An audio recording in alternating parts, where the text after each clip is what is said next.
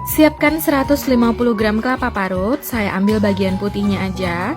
Ini yang saya pakai agak muda, setengah tua gitu. Lalu masukkan 1 sendok makan tepung maizena, setengah sendok teh garam. Kemudian aduk hingga tercampur rata. Lalu ini dikukus sekitar 10 menit, tujuannya agar nggak cepat basi.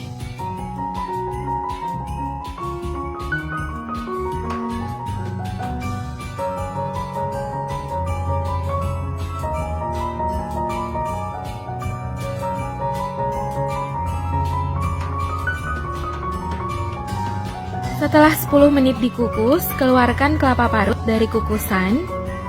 Lalu aduk hingga tercampur rata.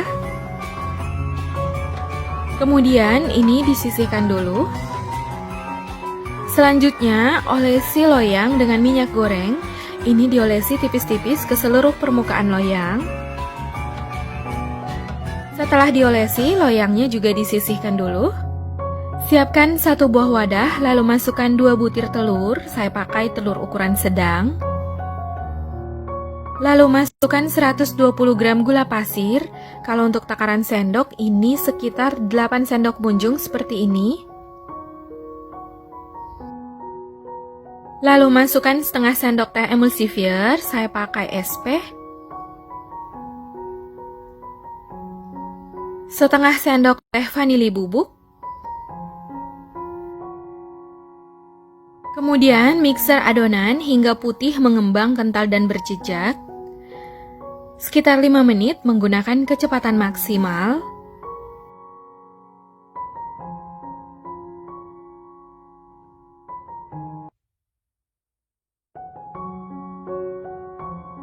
Setelah sekitar 5 menit di mixer, adonannya akan putih mengembang kental dan berjejak. Bisa dilihat, ini jejaknya nggak tenggelam. Lalu matikan mixer. Masukkan 150 gram tepung terigu. Kalau untuk takaran sendok ini nggak tinggi menggunung dan nggak terlalu rata, tetapi cembung atau munjung seperti ini. Sekitar 15 sendok makan cembung. Lalu masukkan 1 sendok makan tepung tapioka, setengah sendok teh garam. Kemudian ini diayak untuk memastikan gak ada bahan yang bergerindil.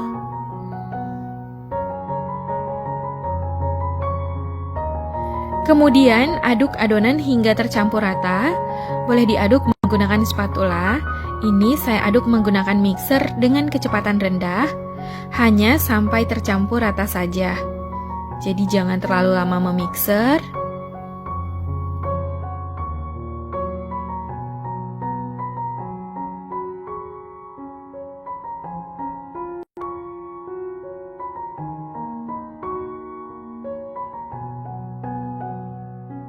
Setelah tercampur rata, matikan mixer. Masukkan 130 ml santan. Saya pakai 2 bungkus santan instan.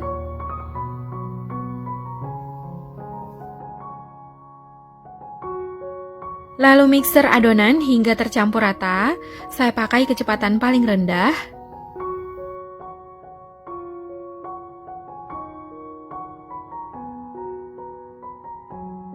Setelah tercampur rata, masukkan 1 sendok teh pasta pandan. Kemudian aduk adonan hingga tercampur rata. Gunakan teknik aduk balik dari bawah ke atas seperti ini, atau bisa juga dengan teknik lipat, jadi adonannya kayak diputus gitu dari tengah, supaya adonannya benar-benar tercampur rata. Jika dirasa warnanya kurang terang, boleh tambahkan 3 tetes pewarna makanan, warna hijau, kemudian aduk lagi adonan hingga tercampur rata. Pastikan gak ada endapan cairan, karena kalau masih ada endapan cairan ketika dikukus, putu ayunya bisa bantat. Setelah adonan tercampur rata, ini siap dimasukkan ke dalam loyang. Masukkan kelapa parut yang telah dikukus ke dalam loyang.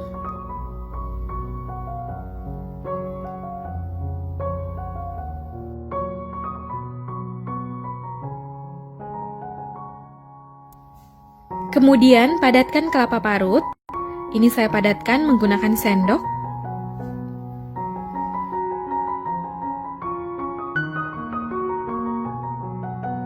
Lalu tuang adonan ke dalam loyang.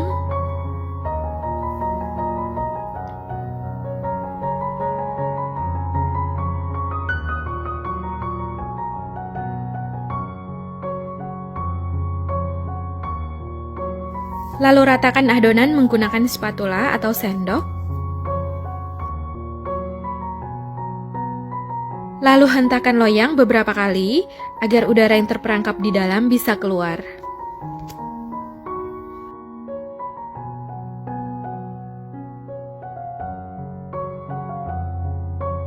Sebelumnya saya udah panaskan kukusan dan ini air kukusannya udah mendidih.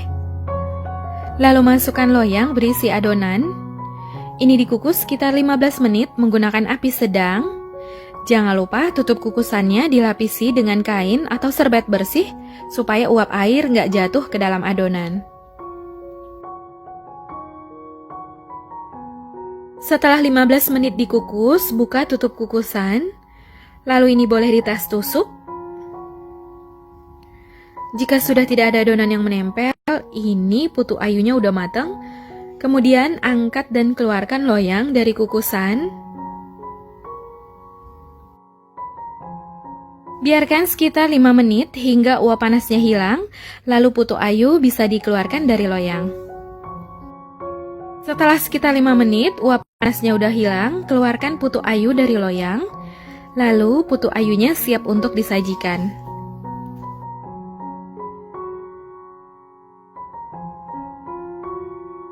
Sekarang saya mau cobain kue putu ayu jumbonya. Jadi ini boleh dipotong sesuai selera. Sebaiknya untuk memotongnya gunakan pisau yang tajam supaya teksturnya kelihatan tetap cantik.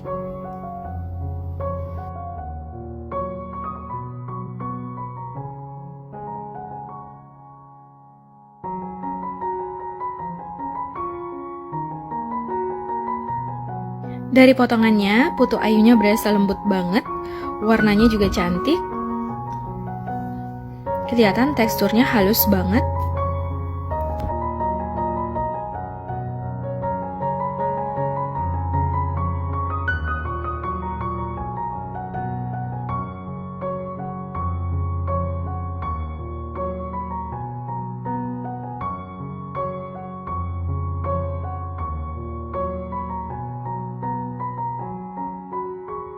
Hasilnya bagus banget, putu ayunya ini lembut sekali ya, bisa dilihat, kempus-kempus. Kelapa parutnya juga nggak protolan, nggak rontok gitu, cantik banget, bersih. Bismillah. Ini enak banget, rasanya super lembut. Rasanya manis, gurih, mantep ya. Jadi kelapa parutnya ini yang bikin rasanya makin enak, gurih. Jadi kayak krenyes-krenyes gitu. Rasanya lembut, manis, gurih, enak banget ya. Mantep. Recommended.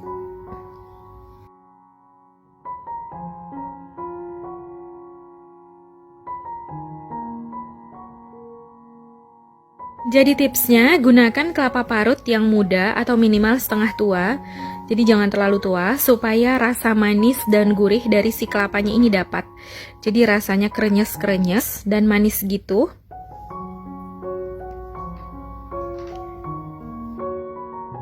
Untuk maizenanya tujuannya dipakai supaya kelapa parutnya ini nggak rontok ya, nggak perontolan. Jadi kalau ada tepung maizena di rumah sebaiknya dipakai. Kalau nggak ada juga nggak apa-apa, boleh di skip.